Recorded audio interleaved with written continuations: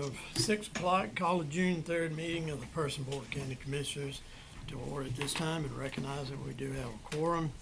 I'll lead us in a vocation, after which Commissioner Palmer will lead our Pledge of Allegiance. So if you desire, pray with me, please.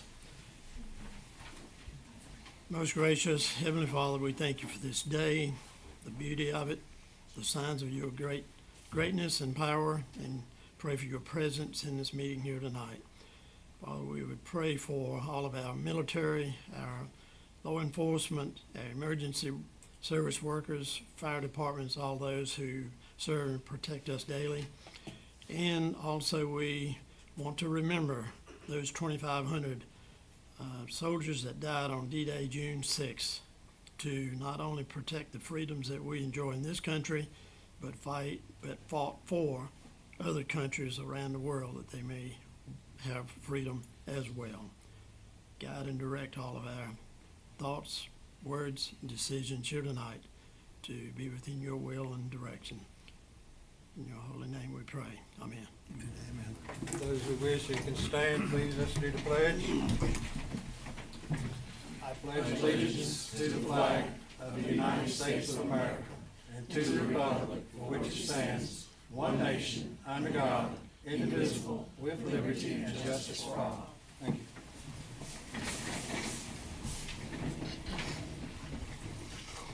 First item is discussion, adjustment, and approval of the agenda as presented with one addition. We'd like to add to that a closed session number 2 for the purpose of property acquisition. Do we have a motion? So moved. A motion. Any further discussions?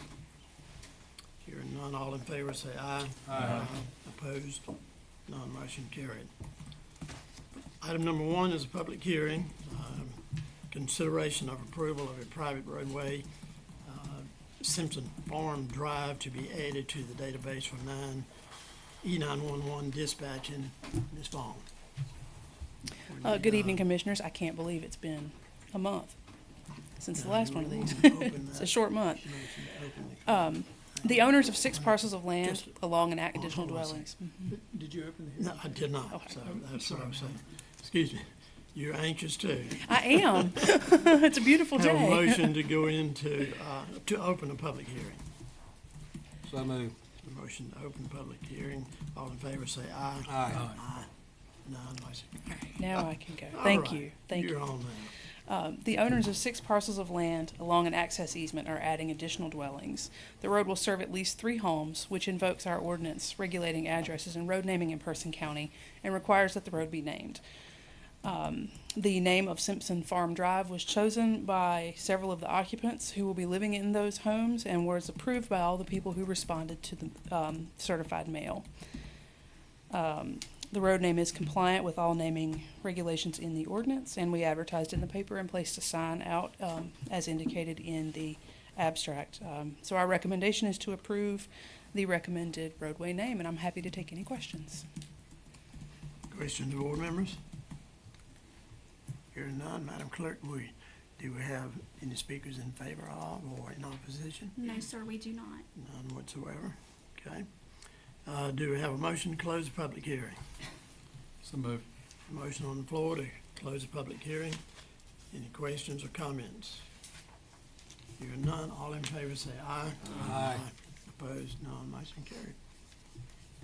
Item number 2 is consideration to grant or deny approval of the private roadway Simpson Farm Road or Farm Drive to be added to the database for E911. We have a motion for approval. Move for approval. We have a motion for approval. Any discussion? Hearing none, all in favor say aye. Aye. Opposed? None. Motion carried. Thank you. Thank you. Item number 3, fiscal year budget, public hearing. We need a motion to go into this public hearing. So moved. Motion to go into the public hearing. Do we have anyone signed up? There are no individuals signed up for favor of or in opposition of the budget. Okay. It makes it so simple, it scares me.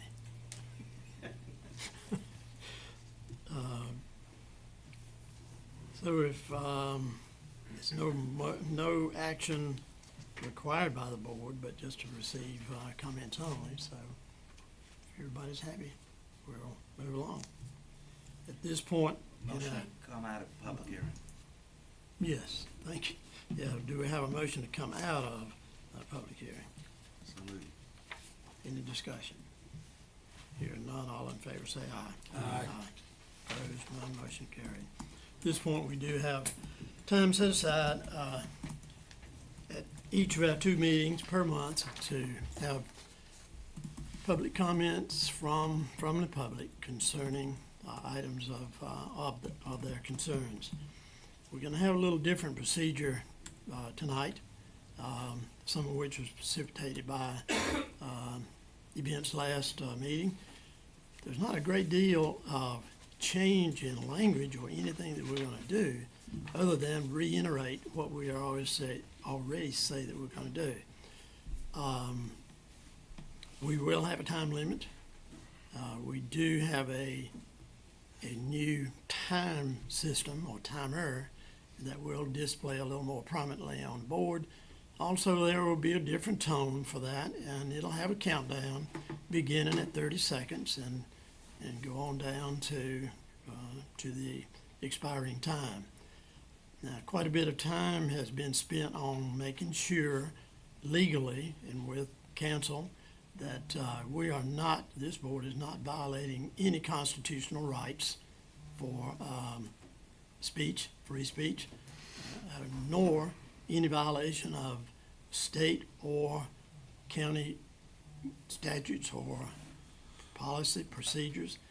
We're doing things by the book, so we aren't in violation of anything legally here. What we want to ensure is that our meetings are conducted in a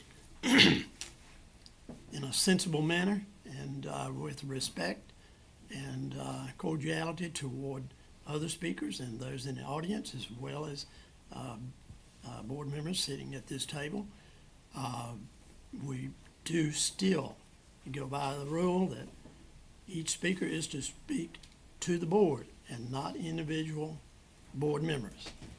If that comes along, if that's going to be your route, then we're going to call you out of order, dismiss you from the podium. So again, we're following already established rules and guidelines, and nothing has changed there.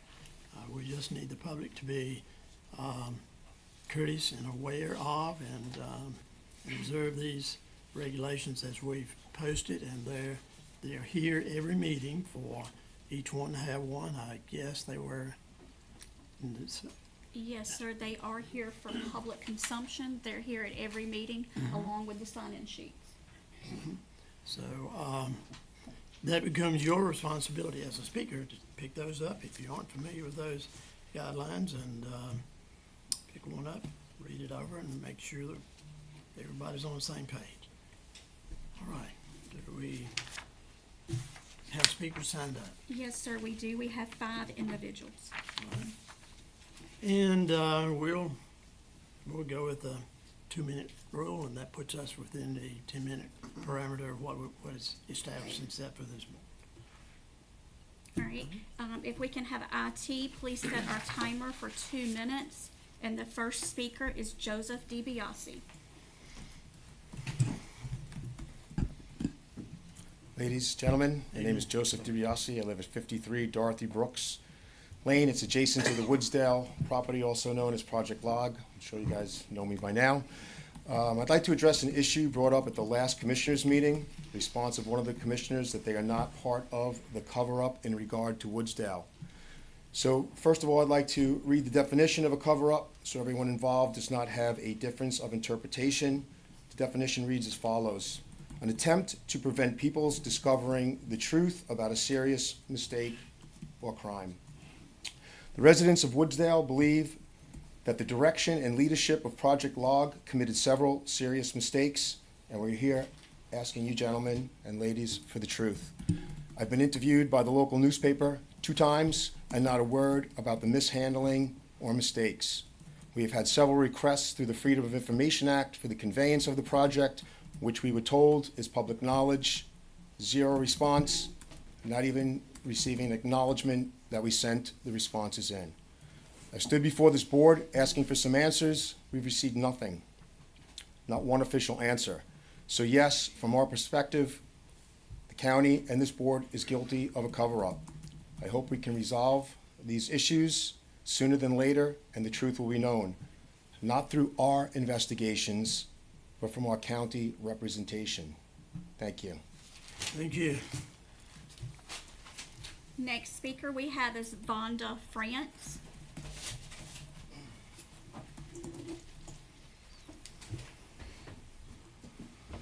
On to France, Good evening. 98 Elderberry Lane. Good evening.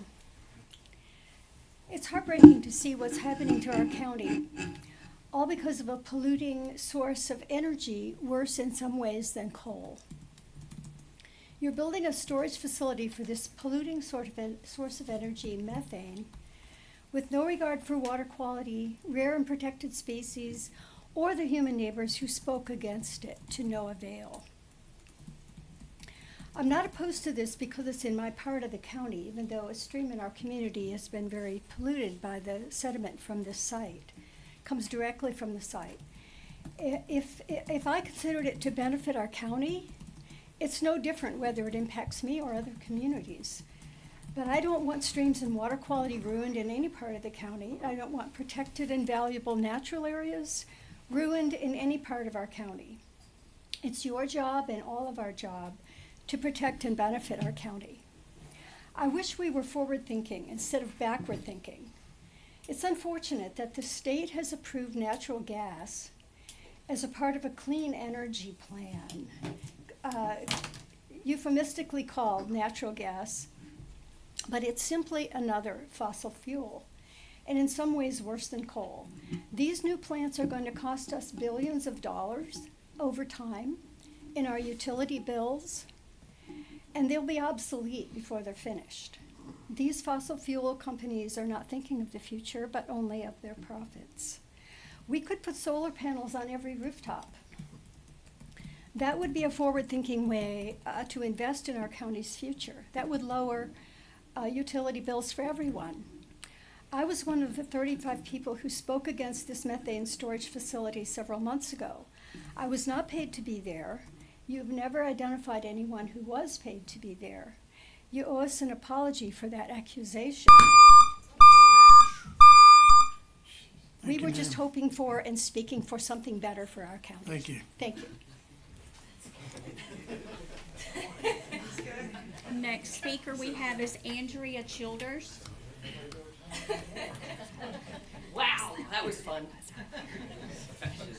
My name is Andrea Childers. I live in Rougemont. As a member of Down Home, I would like to ask this board why you've chosen to leave millions of dollars from the Inflation Reduction Act unclaimed. North Carolina has received $20 billion. You say the reason you're allowing Dominion to poison us is to help residents of this county who suffer financially, but you haven't applied for any of these grants. That is hypocrisy at its finest.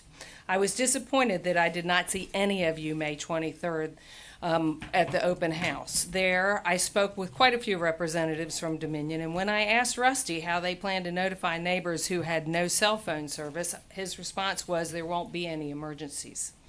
When I asked Brian what their plan to clean up groundwater would be if it was contaminated, and he told me that wasn't going to happen. Accidents happen. That's why they're called accidents and not on purposes.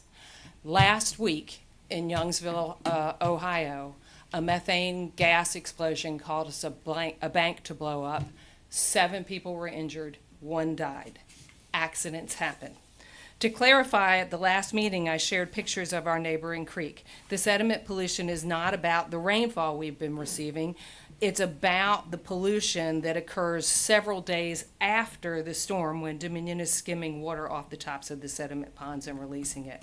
I know that Dominion is following its best management practices, but even when they do their best is not good enough. Our creeks are still polluted, and not just a little, a lot. Right now, it is the creeks and the critters that live in those creeks that are being harmed. What will be harmed next by Dominion's best actions? Thank you. Next speaker we have is Jeff Hammer. Hi, friends. Good afternoon. Nice to see all of you. I'd like to start my 2 minutes by offering a moment of silence to the 480 acres of the forest that has been destroyed with all the explosions and construction trucks beeping constantly. So I'm going to take a moment to just do that.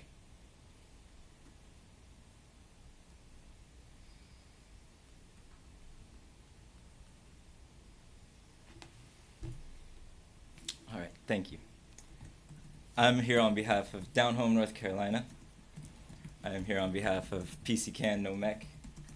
I am a farmer that lives in the sacrifice zone. My 12-year-old boy lives in the sacrifice zone. Our farm, all of our animals are within the sacrifice zone. I'm here today to talk to you all about the Inflation Reduction Act. Okay, we have funds coming from Joe Biden signed directly to North Carolina to ensure that this country, specifically rural places in this country where people are currently experiencing extreme energy price hikes on a routine basis, I think we can all agree. There are opportunities in place for people in your position to improve the lives of people in your county that you represent. I think that it is only right that you look into these options before bowing down to giant energy conglomerations that have absolutely no interest in protecting the environment. Thank you. Thank you. The last speaker we have is Chester Downey. Y'all excuse me, I'm kind of nervous. But Don't worry about that. good afternoon. My name is Chester Downey. I'm a supervisor at Pollywood. I also direct and own a basketball team here in Person County. And today I got off at 3 o'clock. And I was basically over at Parks and Rec until 5 o'clock trying to rent a basketball gym. $270 later out of my pocket. 2 hours of practice for 1 week, $270. We want our kids out the streets, but what else is it for them to do? I mean, I got a son, he 11 years old, and for basketball, he'll do anything. They keep him out of trouble. They keep him down. I mean, if I tell him something right now, I mean, oh, you're not going to basketball, it flips a switch. We got to give our kids an outlet. And a lot of y'all don't know me, but I was also a protester that was locked up uptown, holding a gun. But after that, I tried to find a better way. And the better way was through the kids. But I see it's just as hard as it was when I was protesting. So I'm coming to y'all today to see if I can get something open up for the kids. It shouldn't be that hard for me to get a gym for 2 hours. I mean, literally 3 years. 3 years I've been trying to get a gym, and I finally got it today. And then they told me I can only get it for this week. And like I said, I'm just here for the kids. I want to do something for the kids. I see what it do for my son and his friends and his friends. And my basketball team is named I Am. And when I say I Am, I mean, we can be anything. I am Person County. I am Roxborough. Thank y'all. Thank you. Mr. Chairman, that concludes our informal comments. Okay, so next, item number 4 is discussion, adjustment, and approval of the consent agenda as presented. There's one item there that I have some concern with, that I've talked with the county manager as well as council, and that would be item item E, I'm sorry, E like Edward, resolution authorizing Person County Sheriff to enter into training agreements. And we did have that, I think that was in some of the packet material that you sent down. Personally, we can do whatever you wish about that, but to me, that's a budgetary concern and item, because that type thing falls under the jurisdiction of the sheriff. whom I have all the confidence in the world to conduct those training sessions and training of his prospective employees and new employees. Have no problem with that whatsoever. It's where my concern is when a new employee quits within this time period of 1 to 3 years, and then somewhat it reverts back to the county. So by it being a budget item as far as training and things offered by the sheriff office, then I think it's better to have a little more information on this, discuss it a little more. We didn't have any foreknowledge of this prior to it being put out in the packet, so kind of disturbs me, but I will honor the wishes of the board here to either leave it on consent or move it to a future meeting. Discussion. Are you formally requesting it to come off the consent agenda, Mr. Chairman?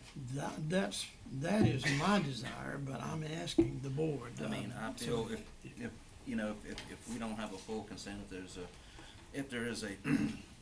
if any commissioner of this board has an issue, and it's not unanimous. That's why I'm giving this opportunity. Absolutely. So, So if you're asking to remove that and put that into a separate agenda item for, this meeting, or we've already approved the agenda for this meeting. Is this a time-sensitive issue, County Manager? It is not. I mean, I'll be glad to answer any questions that y'all have about it tonight if you'd like for me to. I know the sheriff was not able to make the meeting, but we've worked closely on this, Okay. and I can answer any questions that you So- may have. If any member of this, I'm open to having the sheriff come and explain it further if members or a member of this board, wishes to do so, if that, I want everyone to have a fair understanding of what it is. So, Mr. Chairman, if you're making a motion to have it moved, that's my request, yes, Okay. sir. And just as a point of order, under your rules of procedure, any board member can take an item off the agenda. Yep. And then you just discuss it tonight, or you could table it for a later meeting. Okay. And what I hear Mr. Chairman saying is that he would do that with consensus from the board. okay. So I don't know that you even need a motion. It's Okay. really, is there consensus for what the chairman's requesting? Would you rather keep it on the consent agenda? Everybody okay? All right. And can you, since it will be on the agenda for the, next upcoming meeting, can you ensure that the sheriff, Oh, sure. ask the sheriff to be here as well? Sure, Sure. Good, thank you. no problem. All right, so motion for approval with the removal of item E. Well, we don't need, he just said we don't need a motion for it. Consensus, all right. Well, But we can approve the consent agenda The remaining minus consent that. agenda. Yes, sir. yeah, because we do have that, as stated, it is an agenda item to be voted on, so motion to approve with the adjustment. All in favor, say aye. Aye. Opposed? None motion carried. New business, item number 5, the 2025 reappraisal update. Mr. Jones, good to see you. Good evening, thank you. I have a PowerPoint for you, if IT will pull Yes, it. sir. It's a little bit premature to be talking about the 25 reappraisal. That will take effect next year's budget, but I want to go ahead and just give y'all some updates, of what we're up to, what's going on. Since I get the PowerPoint up, there we go. So, reappraisals are required to be done at least as often as every 8 years. And probably the first thing you think about, we just did one in 2021. So why are we doing one now? Well, historically, Person County has been a 4-year reappraisal county. We have had a couple of blips where we did not do a 4-year, but long as I've been there, we've always tried to do 4-year. And anytime we didn't do a 4-year reappraisal, we would add a year and make it go to the 8-year, but then we automatically reset to the 4-year. So the reason you want to do a reappraisal more often is so that your property values stay close to 100%. And reappraisal only affects your real property. That's your land, your improvements, your houses.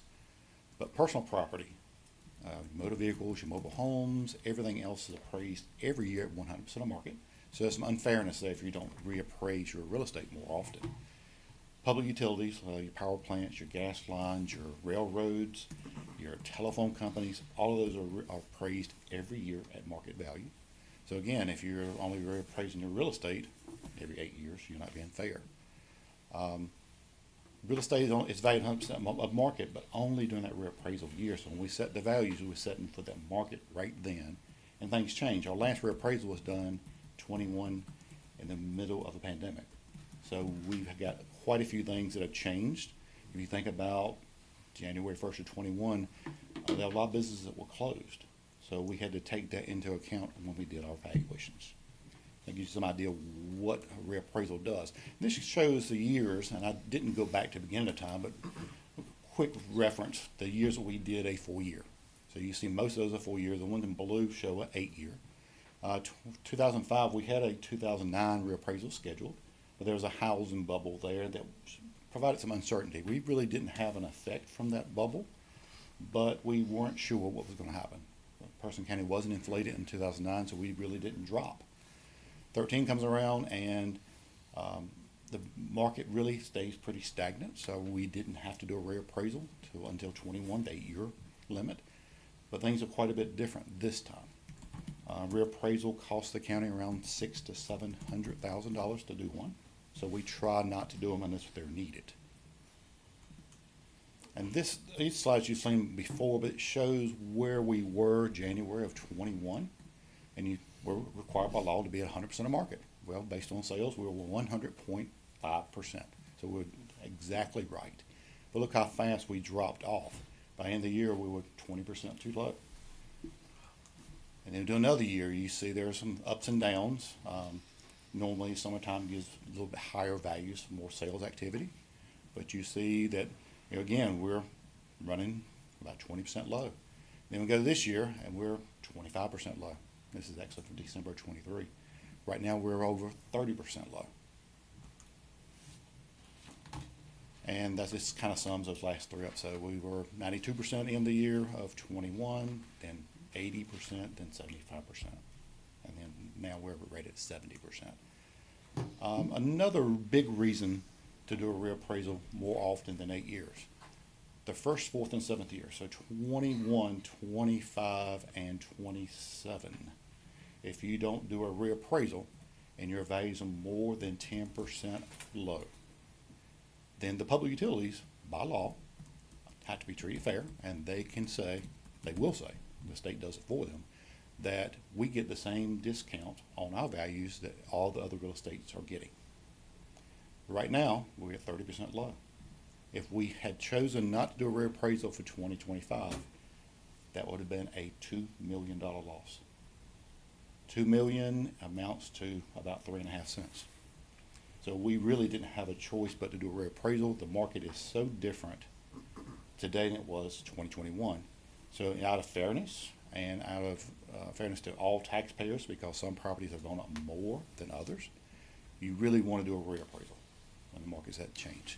Now, there will be some people that will go up less than average. So you think about an increase in values, you're going to have an average increase. Some go up less than average. So even though everyone's value will go up in today's market, there will be some who will experience a lower tax bill, even though the value increased.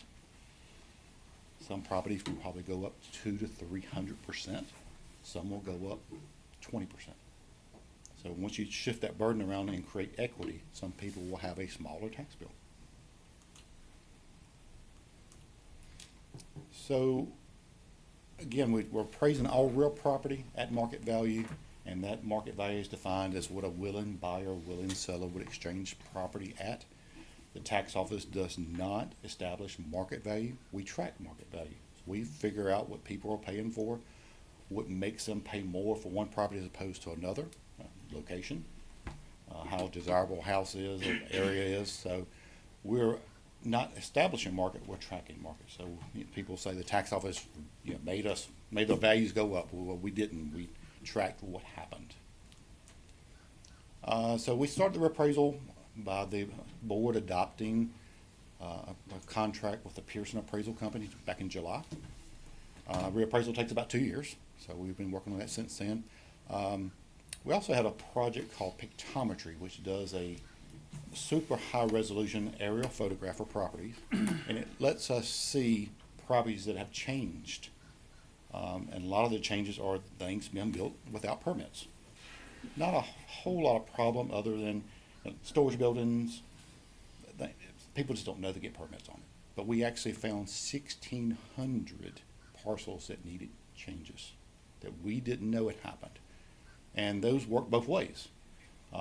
We took some things away. Some buildings had been taken off the property that no one told us. So we actually went back and forth. We took things away, we added things. With almost a $15 million increase in tax value because of Pictometry. So we've done everything we can do to verify what's there, to make sure we're taxing everything fairly. And Pearson's also helping us with that because they're riding around taking pictures of all the properties. So now we have a photo from street level. We have the aerial photograph. So we're trying to make sure that everything there is taxed and taxed fairly. So that is probably the most labor intensive part of a reappraisal. You imagine taking 18,000 photos. Then we'll start analyzing data and we'll start developing something called a schedule of values. Schedule of values is a booklet that helps us identify what market looked like in a reappraisal year. We study the real estate market. We look at every sale. We determine that sale was arm's length. If it was wasn't a family sale, wasn't a duress sale, and we use those sales to establish the value for properties that sold and values for properties that didn't sell. So next will come, we should be getting our photos finished late summer. So somewhere around August, we finish the street level photos and we'll start reviewing those. Finish the market analysis, get the schedule of values ready.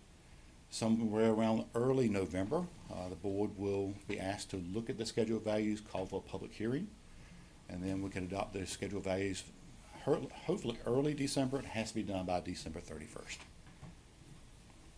And after the schedule of values is adopted, we will work on getting the notices mailed out to all the taxpayers that uses that schedule of values to show what their values will be. February to early April, we will hold informal hearings where taxpayers can come to my staff and the Pearson Appraisal staff and say, these are the things that the county didn't take in consideration. These are the things we missed. There's something wrong with my house that you're not aware of. So we go to the informal hearing. Informals are really customer friendly. It's just one-on-one, sit down with an appraiser, bring some photos, tell us what's wrong with the property, tell us what we missed. Then we go to a more formal process where the Board of Equalization and Review meets. Sometimes that can take weeks or months. The most we had over 30 days of appeals back in 2013. Last reappraisal we had 5 days worth of appeals. But then after the Board of Equalization is done, and that's more of a formal process, the taxpayers who went to the Board of Equalization and were not happy can still file a further appeal at this date and even Board of Appeals. So everybody gets a chance to have their story told. That is the end of my slide. I don't know what questions you may have. One thing that's going to come to mind is something called revenue neutral. So during the reappraisal process, the county has to publish what they call a revenue neutral rate. So that is designed to let the citizens know if you had an increase in your revenues due to the reappraisal. So you can change your tax rate any year, as y'all looking at this year. You can change it any year that you see fit to provide the services to the citizens. If you decided to adopt a revenue neutral rate next year, it will be lower than this year's rate because of the increase in values. However, most counties are not able to go revenue neutral. This year, there are 4 counties I was able to find some information on that had done a reappraisal, and 3 of them did not go revenue neutral. They had an increase. Caswell was the one they haven't gotten far enough in their process yet to know what their proposed rate will be. In addition to that, there's 9 counties proposing tax increases this year that did not do a reappraisal. Historically, we did not adopt a revenue neutral rate in Person County. We almost did in 2013. We were at 69.34 for revenue neutral. We adopted a rate of 70, so I would call that pretty much revenue neutral rate. You just round it up to the next easy number to work with. 21, our revenue neutral rate would have been 67.36. We adopted a rate of 72. The lower your rate is this year, the lower your revenue neutral rate will be next year, because it's based on this year's tax bills. A comparison between those two. So I know you have the capital improvement plan. Anytime you have extra money, over 25%, I think is the number, you put it in your capital improvement plan. If you are too conservative on your tax rate, then you're not putting money aside for capital improvement stuff that you see coming down the road, the borrowing for schools and things like that. Is there anything I can answer to help y'all understand the reappraisal process, or anything I can clarify for you? It's no one really likes doing a reappraisal, but we all like the results when it's all said and done because it's more fair. Some properties have gone up tremendously, some have gone up less than that, and it's basically shifting the burden based on valuations, and that's the way it should be done. Thank you for all your efforts there. I'll only ask you one thing for the information of the public. This reval is done by a third party, not your department, not the commissioners. Correct. So you can imagine the amount of staff it would take us to keep on hand in order to do a reappraisal. We've got 3 guys on most days taking photos, and that they are appraisers, so they're out there all day long taking photos. We don't have the staff to do that. Another thing a reappraisal company brings to the table is they can see sales of properties that don't exchange hands in Person County very often. Like, how would you value a fast food restaurant? We haven't had a single sale of one in the last couple of years, but they've had some across the state. They have that knowledge. So yeah, they come in and they're experts. Our reappraisal manager is a retired guy from Wake County, so he's a Wake County tax assessor for years. Very knowledgeable, great staff to work with. But yeah, they work with us directly. So yeah, they don't come in and just blindly figure out what to do with the values. They ask us, our staff, to understand the different areas, the different markets. So we help them analyze the data. So we're involved with it, but all the field work is done by a third party. That's the point. Yes, sir. Yes. Thank you. And they help with appeals too. Board member comments? Chairman Powell, yes, how many contractors do we have out there running the road? On a good day, we have 3. Sometimes we only have 1.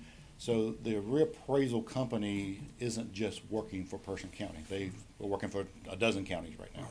So staffing wise, they may pull somebody out and may have appeals in Granville County, for example. I know they're doing the appraisal there. So I don't think we've ever had more than 3. I've noticed 2, so I was figuring it may be 1 or 2 more. Yes, on our And website. they all have a sign on their Yes, cars? sir. So we did go through trouble of taking pictures of the guys.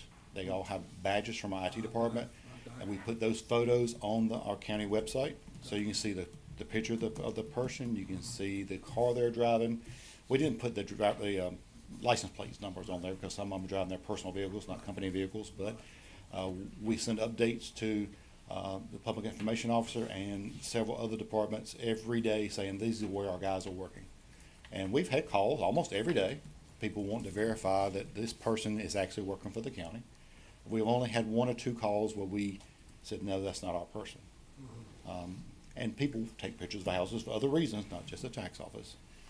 Could be your insurance company verifying that you don't have a trampoline, for example. So things like that happen. But public have been very nice, very courteous. I don't think that anyone's felt threatened. You don't want our appraisers to get out there being in danger. So everything's going well there. Okay, well, I think it's imperative that we do the reevaluation accordingly. And I'm glad that you're in the position to keep us on track so that we don't fall behind. Thank you for all you do. Anyone else? Thank you, Mr. Jones. Thank you, Russell. Yes. Russell, will you be available at our budget work session? I can be if you need me, yes, sir. I do need you. Okay.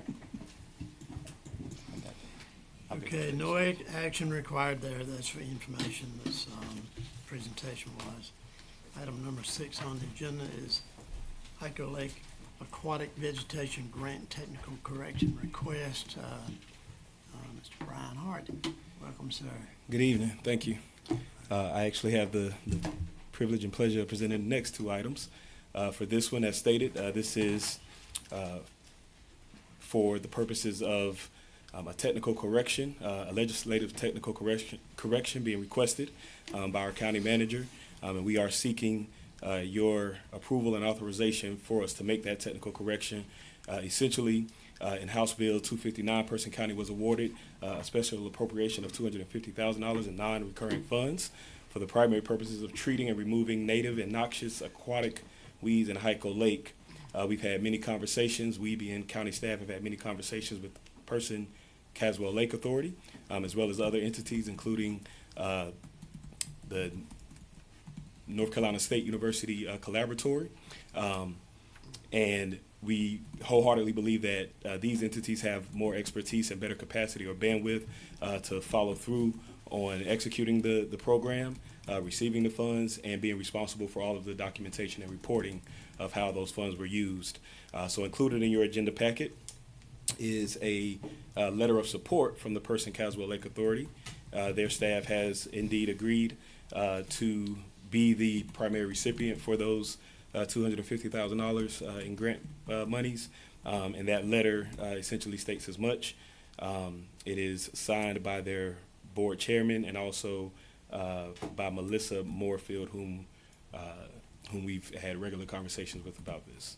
So this is a fairly simple request. I hope you all are familiar with that appropriation, and we request that you allow us to request the technical correction be made to designate Person Caswell Lake Authority as the recipient of those funds. Any questions of Mr. Hart? So we do need a motion. Motion to approve the request. Have a motion for request approval. Any discussion, further discussion? Hearing none, all in favor say aye. Aye. Opposed? Motion carried.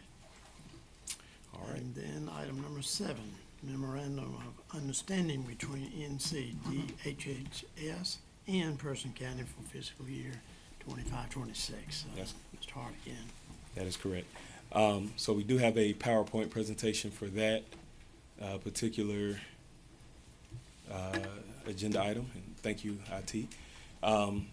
So this agenda item or this presentation is one that I will be doing in tandem with our DSS director, Mr. Carlton Paylor.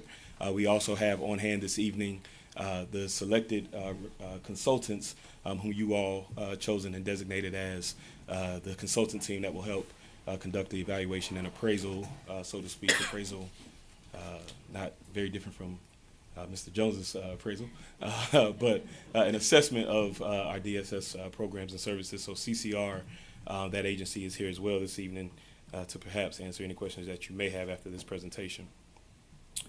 So,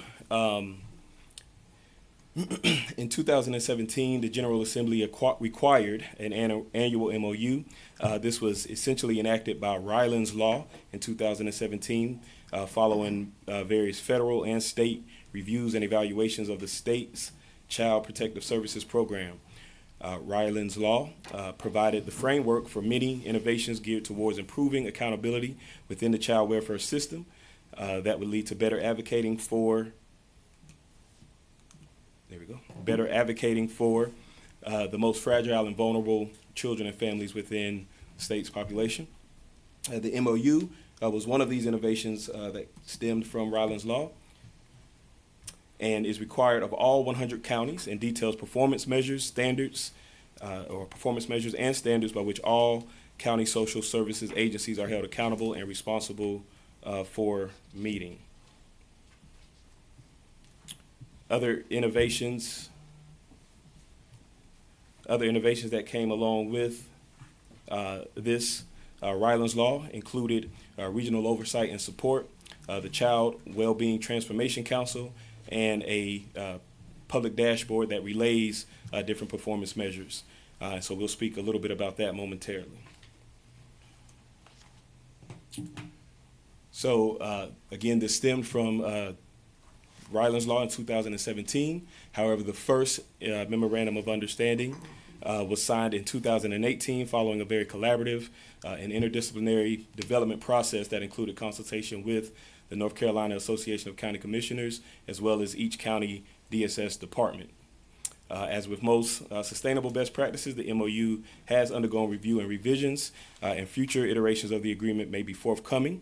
These may include kind of a movement away from corrective action to a more purposeful capacity building, which may include emphasis on training or assessing staffing levels to ensure that departments are adequately staffed to address and respond to increasing caseloads and other demands. So before you are a few of the programs that are specifically identified in the MOU. The only significant exclusion from the MOU is Medicaid, but the other programs that garner a lot of attention and are certainly essential programs, such as the energy programs, the Work First, food and nutrition services, adult protective services, child welfare, and special assistance and other child support services. All of these are included in the MOU, or have been included in the MOU, and are also in the current or future iteration of it. All right, as previously mentioned, the MOU has various performance measures by which all of the different county social services departments are expected to meet. These include examples such as having 95% of Work First applications processed within 45 days. And another example, as noted on the slides there, are that 95% of children experiencing foster care have face-to-face contact with a social worker each month. So there's just kind of examples of some of the types of performance measures that are included in the MOU. And again, the MOU, along with some of those other innovations or measures that were put in place, are all geared towards improving the child welfare system, increasing accountability, and ensuring that we are looking out for those vulnerable children and families among our population. So these next several slides include just some examples of what those performance measures look like. These are real examples from how well the Person County Department of Social Services has done in regards to these particular programs. So this is a food and nutrition example. And we have the child support example. And again, all of these slides are included within your agenda packets. And then we have the Work First example. And again, these are specific or actual measures from the Person County Department of Social Services in regards to how well they performed in these areas. And so you'll see, for the most part, our Department of Social Services has done exceptionally well, particularly in the Work First example and in the child support example as well. So at this time, I'm going to invite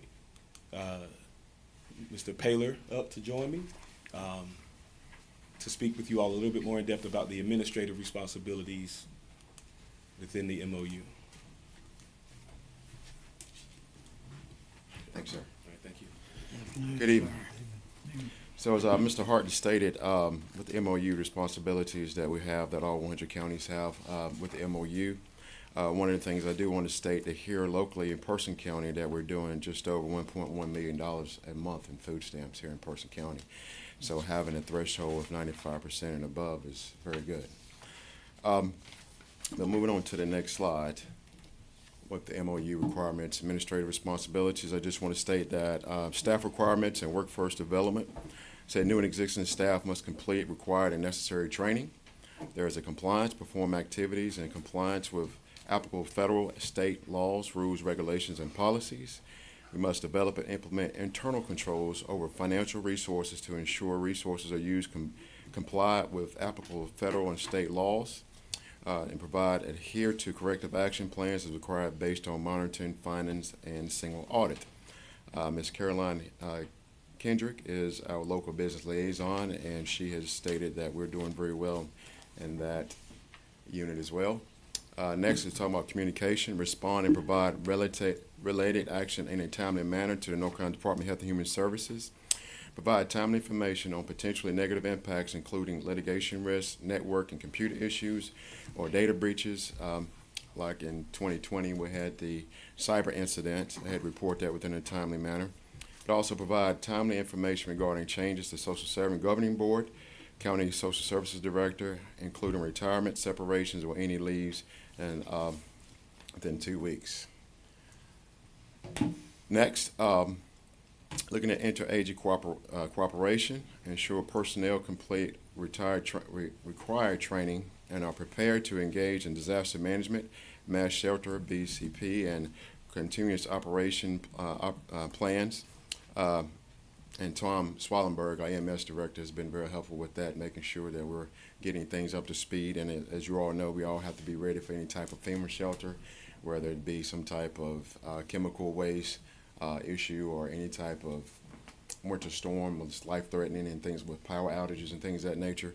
So we have to make sure staff is trained for that as well. We also have to ensure that all plans and systems are in place to meet the potential disasters, natural, technical, otherwise, and respond to those requirements. Engage with Department of Health and Human Services, state emergency management, and local leadership in associated efforts. Assist or operate mass shelter operations or other required disaster management responsibilities. Next, with data submission. We need to maintain accurate, thorough records, particularly those to report on performance requirements, ensure reliable data entry into state systems, provide data for purposes of monitoring case file reviews or error analysis and quality control. As I stated, we have multiple audits through all our programs. NCFAS is North Carolina Families Assistance Services through Technology, and we have to make sure that we use data to understand county performance and to conduct analysis and implement changes where needed if performance measures are not met. County Medicaid performance. So 2017 state budget special provisions impact on county Medicaid administration. Reassigns Medicaid eligibility administrations to North Carolina Department of Health and Human Services can be delegated and is to counties. Enacts Part 11 Medicaid eligibility determinations, accuracy and quality assurance. To state assume county admin functions directing county dollars and county staff if county fails to perform. Requires counties to be financially responsible for county worker eligibility errors. And the state, one thing under State Bill 257, and we do have a monthly Medicaid report card that must be 85% or higher to pass. And reporting back to General Assembly on county MOU compliance. Ryland's law requires an annual MOU compliance reporting to legislature, the North Carolina Department of Health and Human Services, to submit an annual report to Joint Legislative Oversight Committee on Health and Human Services by the August 1st of each year. The report must include a copy of a template for written agreement, evaluation of implementing written agreement, summary of any North Carolina Department of Health and Human Services oversight action, including any federal or state funds being withheld. Start.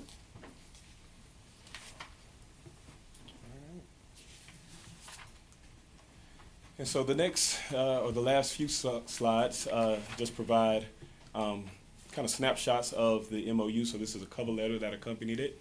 The highlighted portions were really just highlighted to, again, convey that this is something that is fairly standard and is issued to all 100 departments of social services across the state of North Carolina.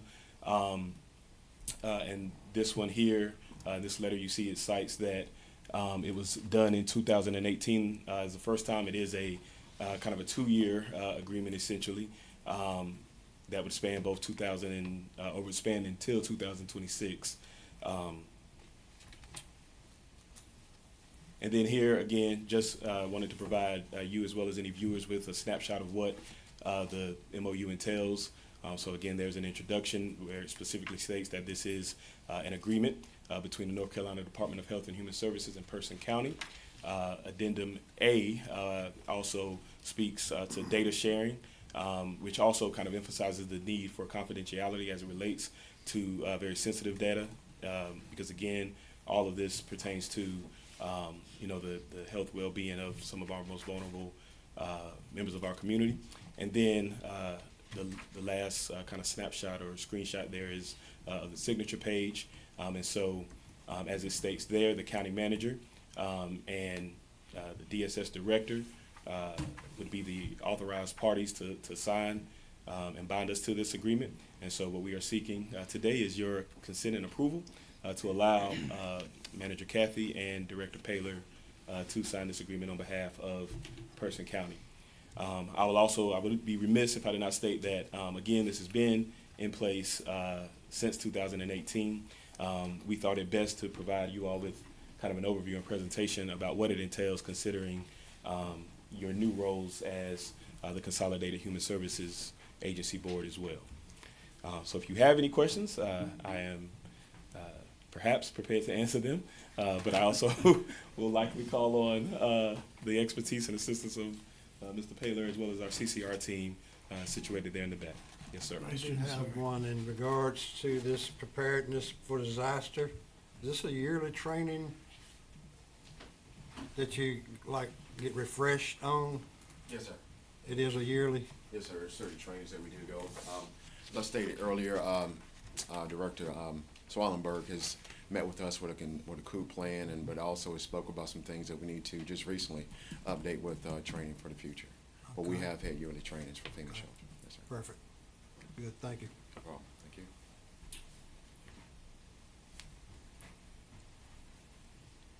The board member, comments, questions? Thank you for covering a very complicated, complex system. And there's a lot of changes going on there with Medicaid. And Indeed. does that require any shifting of personnel or responsibilities to other people to ensure all of this is followed? Well, I know that we have sought some positions to support the Medicaid expansion, and we continue to kind of assess and reevaluate our needs from a staffing perspective there. Carlton?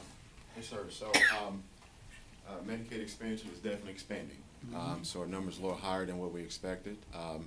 But thankfully, with your all's permission, allowing us to get some positions, we're hanging in there. These ladies are working very hard, and we're trying to do our best to make sure we can train our own people and to make sure that we maintain higher than 85% to make sure we keep passing monthly Medicaid report card and make sure we get the citizens the services that they qualify for. Thank you.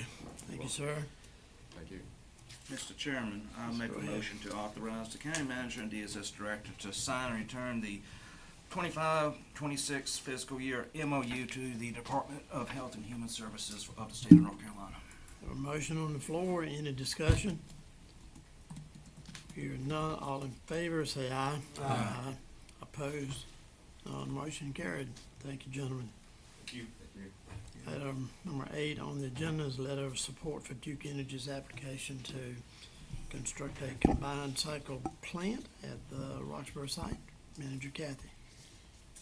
Duke Energy, along with North Carolina Electric Membership Corporation, has submitted an application for a Certificate of Public Convenience and Necessity, or a CPCN, to construct a natural gas-fueled combined cycle electric generating facility at the site of Duke Energy's existing Roxborough plant. So previously, the Board of Commissioners did approve a resolution of support for Duke Energy in Person County. That was on February the 5th, and I've included a copy of that in your agenda packet. There is a draft letter of support for Duke Energy's current application to the state for the Certificate of Public Convenience and Necessity, and that too is included in your agenda packet. So the item tonight is for the board to authorize the chairman to sign the letter of support with the attached resolution to submit to the state for their consideration in considering this application. Questions of manager? No question. All right, so do we have a motion to authorize Motion to authorize signature the there? application for the combined cycle plant at Roxborough. Okay, further discussion? Hearing none, all in favor say aye. Aye. Opposed? None, motion carried.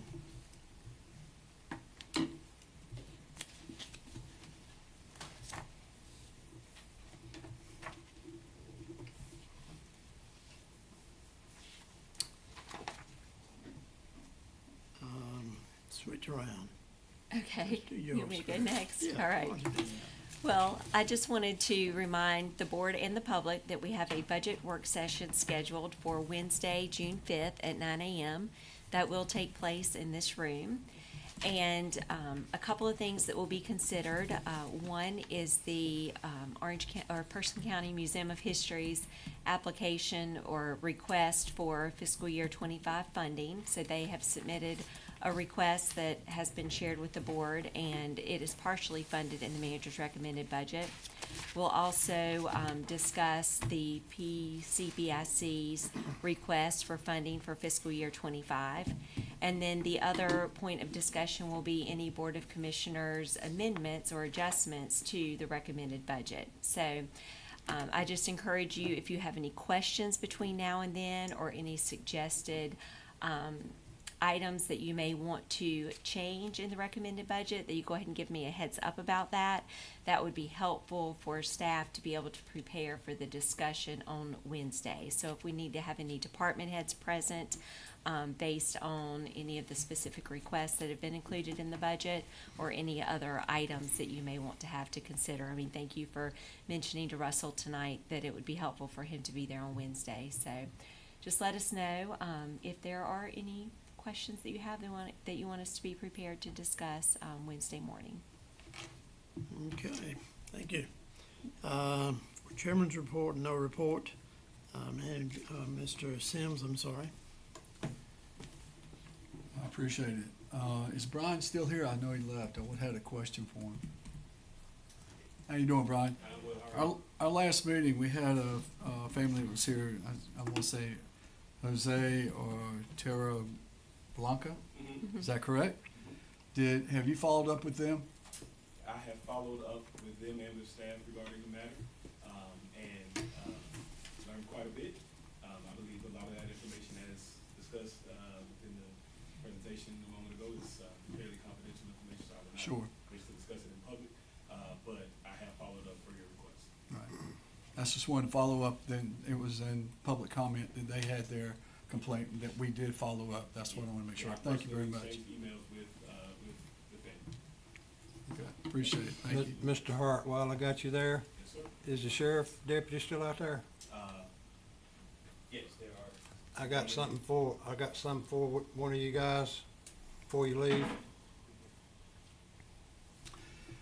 Is that it? Oh, No. You're good. Let me go. I was saying. I just wanted to make sure I caught them. I have something I want to share with everyone and publicly, and I thought about my thoughts and I wrote them down. This past week, we had an individual that flew a drone over our sheriff's house, and he was, to me, that was invasion of privacy.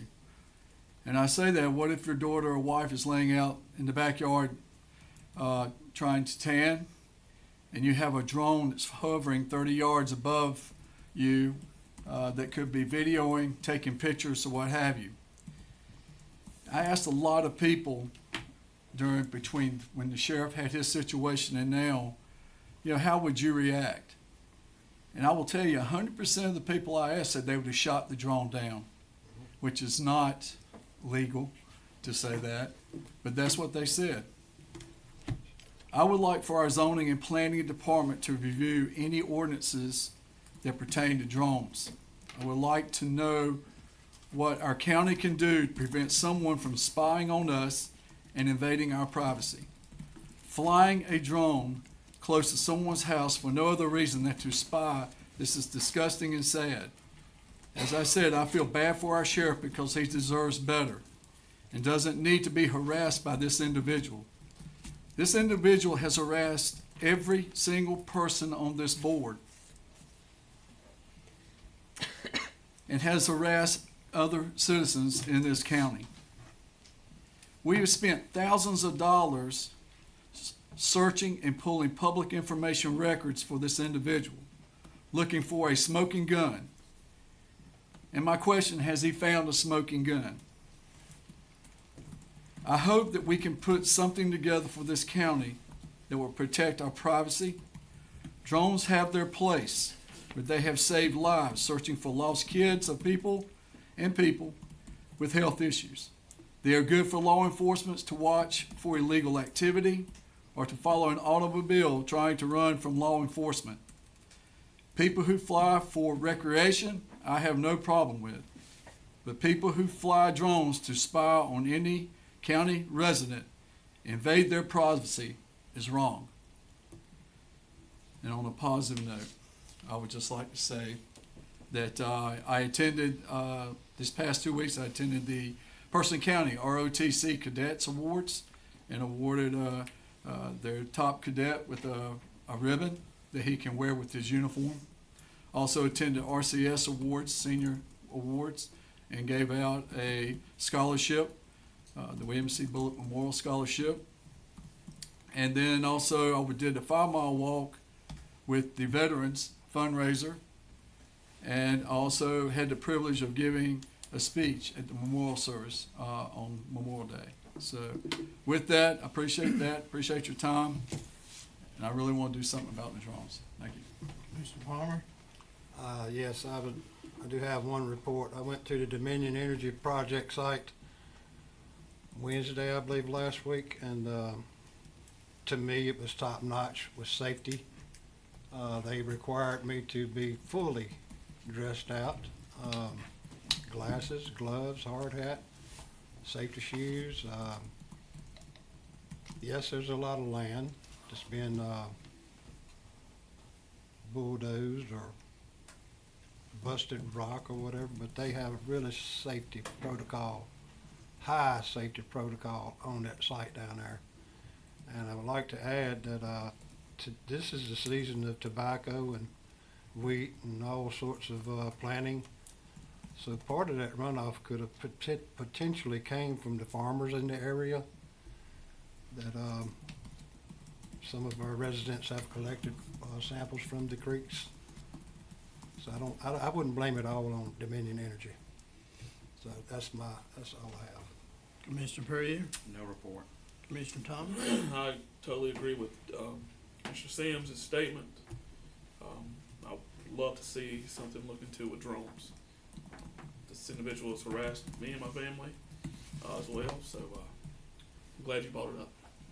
Thank you. Okay, at this time, we need a motion to go into closed sessions. All closed sessions will include County Manager Kathy, Clerk Solomon, and County Attorney Morphus. Closed session number 1 for the purpose to consult with the county attorney to preserve the attorney-client privilege with Chris Bowley allowed to attend, and then followed by closed session number 2 for property acquisition, and these will be back to back, so there'll be no break between the two. So do we have a motion? So moved. Motion to go into closed session, discussion. Hearing none, all in favor say aye. Aye. Opposed, none, motion carried.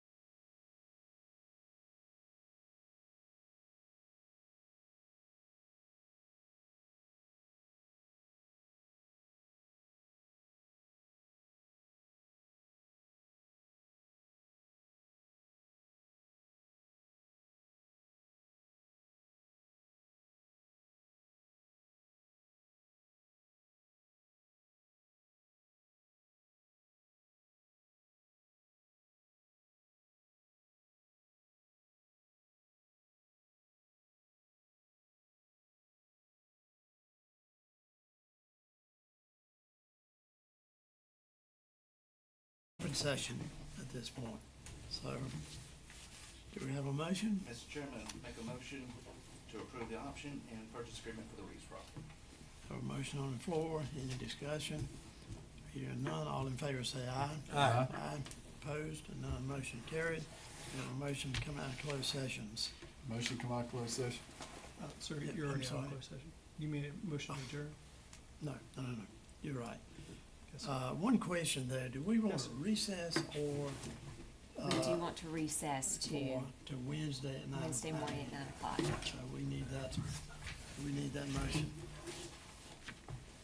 Made a motion. Go ahead. No, you go. Chairman Powell, I make a motion, we recess till Wednesday morning at 9 a.m. All in favor say aye. Aye. Opposed, none, motion carried. We keep these. Yeah, I'm gonna turn mine in. Oh, yeah, if y'all could hand those back to me. Yep.